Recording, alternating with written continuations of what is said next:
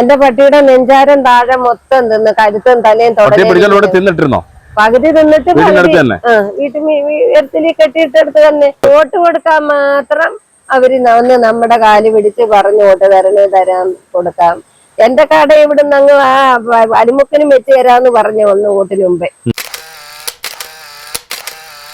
ഞാൻ നമ്മുടെ പെരുന്തോല് കുര്യനെ എന്ന് പറയുന്ന സ്ഥലത്ത് താമസിക്കുന്ന ഒരാളാണ്. എനിക്ക് 2 മക്കളും ഒരു ഹസ്ബൻഡും ഉണ്ട്. എന്റെ പേര് സ്വയംപ്രഭ. ഞാനൊരു വീട്ടമ്മയായിരുന്നു. തൊഴിലുറപ്പിനൊക്കെ അപ്പൊ എനിക്ക് ജോലിക്കും പോകാൻ വയ്യാതെ ശ്വാസം മുട്ടലും ഒക്കെ ആയിട്ട് ഞാനിങ്ങനെ ലോൺ എടുത്ത് ഈ ഒരു കട വാങ്ങിച്ചതാ. ആ കട വാങ്ങിച്ച് ഞാൻ സന്യാസിക്കോണം എന്ന് പറയുന്ന സ്ഥലത്ത് കൊണ്ടുവച്ച് ഞാൻ 1 മാസം തികച്ചായില്ല അതിനുമ്പേ ആന തള്ളിയിട്ട് അവിടെ നിന്ന് എടുത്ത് ഞാൻ ഈ കറൂര് അക്കടേറ്റിന്റെ അടുത്ത് കൊണ്ടുവച്ചതാ. ഇവിടെ കച്ചവടം ഒന്നുമില്ല. കുഞ്ഞു വീട് കൊണ്ട് 20 സെന്റ് എങ്കറോച്ച് സ്ഥലമുണ്ട്, കൈവശ രേഖയേ ഉള്ളു. എന്റെ മൂത്ത മോൻ, എനിക്ക് 2 മക്കളാ, മൂത്ത മോനെ വാടകയ്ക്ക് 8 വർഷം കൊണ്ട് താമസിക്കുക. 1 സെന്റേലും എന്റെ കുഞ്ഞിന് മേടിച്ചു കൊടുക്കാന്ന് വിചാരിച്ചാൽ ഞാൻ ഇതിന് തുടങ്ങിയത്. ഒന്നും നിവൃത്തിയില്ലാണ്ടായേക്കുക. എന്താ ചെയ്യാ? എത്ര ആൾക്കാർ താമസമുണ്ട് കുര്യനത്തോ? അവിടെ 3-4-5 പേരുണ്ട്. കുര്യനെയും റബ്ബറുണ്ട്, പഞ്ചായത്തും പത്തനാപുരം താലൂക്ക്. ആശ്രമം ഉണ്ട് അവിടെ കുര്യനേറ്റി, പത്തനാപുരം ആശ്രമം. അവരുടെ കരയ്ക്കാ ഞങ്ങള് താമസിക്കുന്നത്. ആനയെന്ന് വെച്ചാൽ രായും പകലും ആനയും പുലിയും. ആനയാനെ 3-4 ദിവസത്തേക്ക് മുമ്പേ വന്ന് ഞങ്ങളുടെ മുറ്റത്തുനിന്ന് ചക്ക പറിച്ചോണ്ട് പോയി. ഞാനങ്ങനെ താഴെ ഞാൻ തന്നെയുള്ളായിരുന്നു.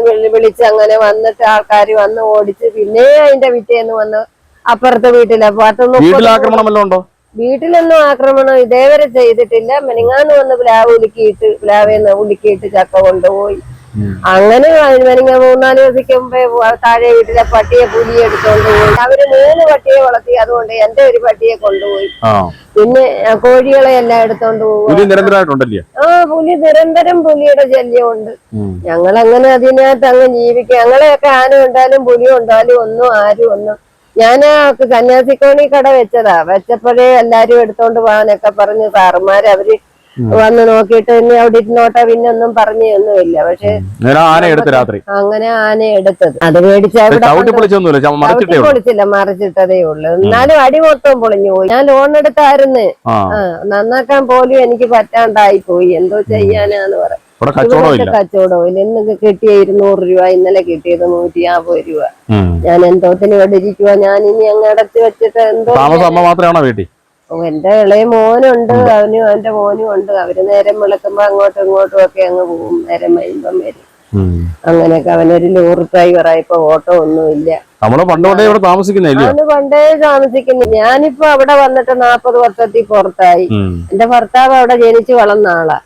അങ്ങനെ ജീവിക്കുക. എന്തോ ചെയ്യാന്. ഞങ്ങളെ ഇറക്കി വിടുന്ന കാര്യമൊന്നും പറയുന്നത് വലിയറപ്പച്ചുള്ള കുറെ പേരെയൊക്കെ ഇറക്കി വിട്ട്. ഞങ്ങളെ കുര്യനേറ്റില് ഉള്ളവരെ, ഞണ്ടതോട് ഓന്തുവാറയൊക്കെ ഉള്ളവരെ ഇറക്കി വിടുന്ന കാര്യം ഇപ്പൊ ഒന്നും പറയുന്നില്ല. ഇങ്ങനെ കഴിഞ്ഞുകൂടി പോകുന്നു. ഇരിക്കുന്നു. ഇങ്ങനെ ഇരിക്കുവാണ്ട് ഒരു വെള്ളം, ഒരു വീഡിയോ യാത്രക്കാരൊക്കെ കുറവാണ്.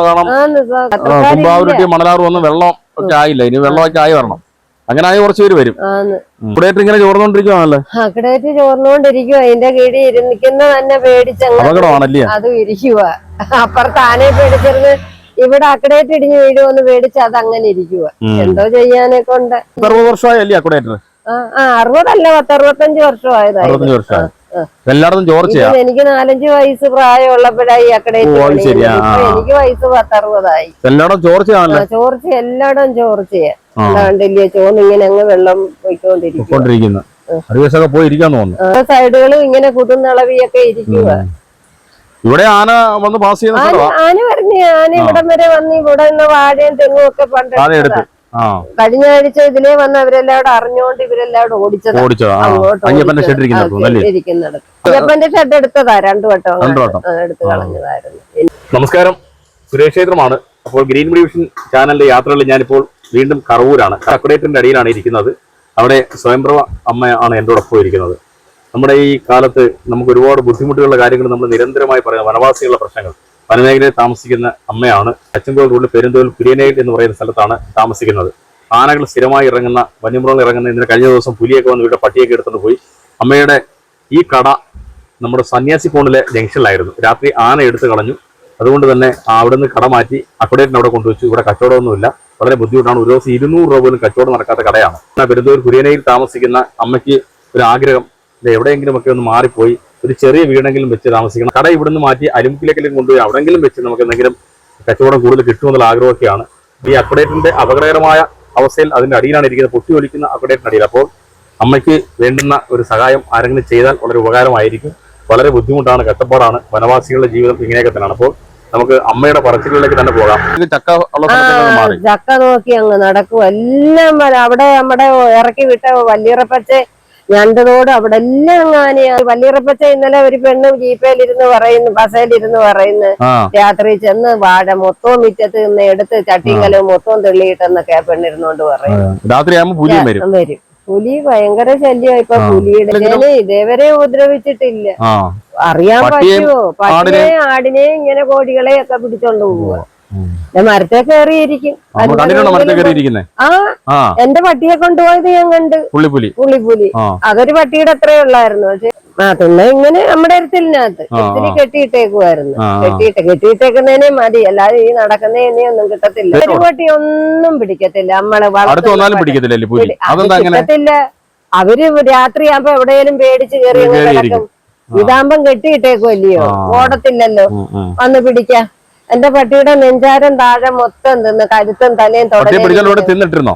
പകുതി തിന്നിട്ട് വീട്ടിൽ കെട്ടിയിട്ടെടുത്ത് തന്നെ അവിടെ ഇട്ട് തിന്നേച്ച് തൊടലും പകുതി തലയും ഉണ്ട്, ബാക്കി മൊത്തവും അറിഞ്ഞില്ല. നമ്മള് മനുഷ്യരല്ലേ, അങ്ങനെ പറഞ്ഞു പോരാത്തോട്ട് അല്ലേ എടുത്തോണ്ട് പോയ. ഇപ്പം മെനിങ്ങാൻ ഈ പട്ടിയെ എടുത്തോണ്ട് പോകുന്ന അമ്മാമ്മ കണ്ട് പട്ടി മെയിനൊന്ന് കരഞ്ഞതേ ഉള്ളെന്ന്. അടുത്തോണ്ട് അങ്ങ് ഓടുവാന്നെന്ന് അമ്മാമ്മ പറയുക. കഴുത്തിനല്ല, ഈ നടുകൊണ്ടങ്ങ് കടിച്ചങ്ങ് പിടിക്കും. പിടിച്ചമ്മ ചെടുത്തോണ്ട് അങ്ങ് പോവാന്നാ പറയുന്നത്. അയ്യോ ദൈവമേ, സത്യം പറയാം. മനുഷ്യനെ കുഞ്ഞുങ്ങളെ കൊണ്ട് ഞങ്ങളുടെ തൊട്ട് താഴെ വീട്ടിൽ 2 പൊടിക്കൊച്ചുങ്ങളുണ്ട്. ഞാൻ സന്ധ്യയാകുമ്പോഴേ അവരോട് പറയും, കുഞ്ഞുങ്ങളെ ഇട്ട് അടച്ചോ നിങ്ങൾ വെളിയിൽ ഇറക്കല്ലേ. അവരുടെ കാരണം ഒരു പട്ടിയാ ഒരു പുലി എടുത്തോണ്ട് പോകും. വലിയ പട്ടി, അത് വലിയ പുലിയാണ്. പുലി എത്തിരി പട്ടിയാലും എടുക്കും. കുഞ്ഞുങ്ങളെ കണ്ടാ കൊണ്ടുപോകത്തില്ലയോ? എല്ലാം കുഞ്ഞുങ്ങളെ കൊണ്ടുപോയെന്ന് പറഞ്ഞില്ലയോ? ചങ്ങല കടിച്ചാലുണ്ടാണ്ട് പൊട്ടുന്നില്ല. അപ്പൊ അവിടെ ഇട്ട് അങ്ങ് പകുതി തിന്ന്. അപ്പോഴത്തേന് ഞാൻ പിന്നെ എണ്ണിച്ച് ലൈറ്റ് അണച്ചപ്പോഴത്തേന് അത് ഓടിപ്പോയി. കട നമുക്ക് ബാധ്യതയായിട്ടിരിക്കുന്നല്ലോ. കട ഒരു ബാധ്യതയായിട്ട് അക്വഡേറ്ററിന്റെ കീഴിൽ നമ്മൾ ജീവൻ പണയം വെച്ചിരിക്കുക. അത് ഈ പറഞ്ഞ പോലെ കറവൂര് അക്വഡേറ്റർ എന്ന് പറയുമ്പോൾ ആളുകൾ കാഴ്ച ഇഷ്ടമാണ്. നമുക്കിവിടെ ജീവിക്കുന്നവർക്ക് അത് അറിയാത്തവരൊക്കെ വരുമ്പോ അവരിങ്ങനെ അങ്ങ് നോക്കും. അവരതങ്ങ് നോക്കി അങ്ങ് ഇതായിക്കൊണ്ട് പോവുക. ഇരിക്കുന്ന വിപ്രാളം നമ്മക്കല്ല അറിയാം, അത് അവരറിയുന്നില്ലല്ലോ. കറവൂര് തന്നെ ഇതേക്കടെ ആനകൾ ഇറങ്ങി വരുന്ന സ്ഥലം. ആന വരുന്ന സ്ഥലമാ. ഈ അക്വഡേറ്റർ മൊത്തം ചോർച്ചയാന്ന് തോന്നല്ലോ. മൊത്തം ചോർച്ചയാ. ഈ പാലം ഇതേ ഉള്ളു പേടിക്കാൻ, അല്ലാതെ പാലമായിട്ടില്ലല്ലോ. ഇതിങ്ങനെ ഇത്ര ഉള്ളെങ്കിലും ഇത് പേടിയാ, ഒരു പേടി സ്വപ്നമാ. ആന ഇതിലേക്കടെ ഇറങ്ങി കയറി വരുമല്ലോ. ഇങ്ങനെ ഇറങ്ങി ഇതിലേ ഇറങ്ങി ഇങ്ങനെ പാടി എല്ലാം എടുത്തോണ്ട് പോകും. മഴയും പച്ചയൊക്കെ പിടിച്ച് കിടക്കുന്നുണ്ട്, എല്ലാം ഇറങ്ങാം. രാത്രി മഴയുണ്ടായാലും അറിയത്തുമില്ല. നല്ല വീടൊക്കെയാണെങ്കിൽ സുഖമായിട്ട് കിടക്കും. ആന്നേലും കിടന്നുറങ്ങാനും ഒക്കുമോ മനുഷ്യന്? അവര് ജീവനെ പേടിച്ച് നിരന്തരം ആന വരുന്നിടത്ത് മനുഷ്യൻ കിടന്നുറങ്ങാൻ പറ്റൂ? നമുക്കുള്ള വിഷയം എന്ന് പറഞ്ഞാൽ എങ്ങനെങ്കിലും നമുക്കൊരു മാറിപ്പോകാനുള്ള സംവിധാനം അല്ലേ? മാറിപ്പോകാന് അവര് തന്നാല് ഇച്ചിരി ഒരുവിധം നല്ല വീടുള്ളവർക്ക് നമ്മക്കൊരു 5 സെന്റ് വീടും മേടിക്കാനുള്ളത് അവര് തന്നാ മതിയായിരുന്നു. അത്രയും കിട്ടിയെങ്കിൽ വരിയാനെയും മൃഗങ്ങളുടെ ശല്യത്തിൽ നിന്ന് നമുക്ക് എവിടെയെങ്കിലും പോയി മേടിച്ച് ഒരു വീട് വെക്കുകയോ അല്ലെ ഒരു വീടും കൂടെ ഉള്ളതോ വല്ലോ ഒരു 10-25 ലക്ഷം രൂപ തരുവാണെങ്കിൽ നമുക്ക് നടക്കും. അല്ലാതെ നമുക്ക് കിട്ടിയോണ്ട് ഒരു ഫലമില്ല. നമുക്ക് ഇവിടുന്ന് മാറിയാൽ കിട്ടത്തില്ല. നമുക്ക് 5 സെന്റ് ഒരു വീടും വേണേ, ഒരു 25 ലക്ഷം വീടല്ലേ, ലക്ഷം രൂപ കുറഞ്ഞിട്ട് കിട്ടത്തേ ഇല്ല. എന്റെ മോനാണെന്ന് വരി 8 വർഷം കൊണ്ട് വാടകയ്ക്ക് കിടക്കും. എന്റെ കുഞ്ഞിനൊരു 3 സെന്റ് 8 വർഷം കൊണ്ട് എന്റെ കുഞ്ഞ് വാടകയ്ക്ക് കിടക്കുക. ഒരു 2 സെന്റിലും മേടിച്ചൊരു കൂരൊക്കെ വയ്ക്കാനെ കൊണ്ട് ഇത് നോക്കിയിട്ട് ഒരു തരത്തിലും നോക്കുന്നില്ലെന്ന് വെച്ചാ നമുക്ക് ജോലിയില്ല. എന്റെ കുഞ്ഞിന് ജോലിയില്ല. ഇവരെല്ലാം വന്ന് എന്റെ കട കണ്ട് ആന തള്ളിയുടെ നല്ല അറിഞ്ഞ് കേട്ടൊക്കെ പോയതാ. എന്നിട്ട് ഇന്ന് വരെ തെള്ളിയിട്ട് എന്തോ പറ്റി അല്ലെ എന്തുവാന്നൊന്നും ഇതുവരെ ഇവരാരും തിരക്കിയിട്ടില്ല. പിന്നെന്തുവാ, വോട്ട് കൊടുക്കാൻ മാത്രം അവര് നമ്മുടെ കാല് പിടിച്ച് പറഞ്ഞു വോട്ട് തരാൻ കൊടുക്കാം. എന്റെ കട ഇവിടുന്ന് അങ്ങ് ആ അടിമുക്കിനും വെച്ച് തരാന്ന് പറഞ്ഞു 1 വോട്ടിന് മുമ്പേ വോട്ട് കൊടുക്കാൻ. അവിടെ വെച്ച് തരാം, വിഷമിക്കണ്ട, അവിടെ എടുപ്പിച്ചോണ്ട് വെച്ച് തരാം. എന്നിട്ട് പിന്നെ ഞാൻ ആരെയും കണ്ടിട്ടില്ല. എന്തോ ചെയ്യാന്. അവിടുന്ന് തന്നെ ഞാൻ ഇവിടെ കൊണ്ടുവരുമ്പോ 2000 കൊടുത്ത് അടുത്ത് പൊക്കി വെച്ചവർക്കും വണ്ടിക്കാർക്കും കൂടെ. ഇനി ഇതെടുത്ത് ഞാൻ എവിടോട്ട് കൊണ്ടുവച്ചാലേ ഞാൻ എവിടുന്ന് കാശുണ്ടാക്കാനെ കൊണ്ട്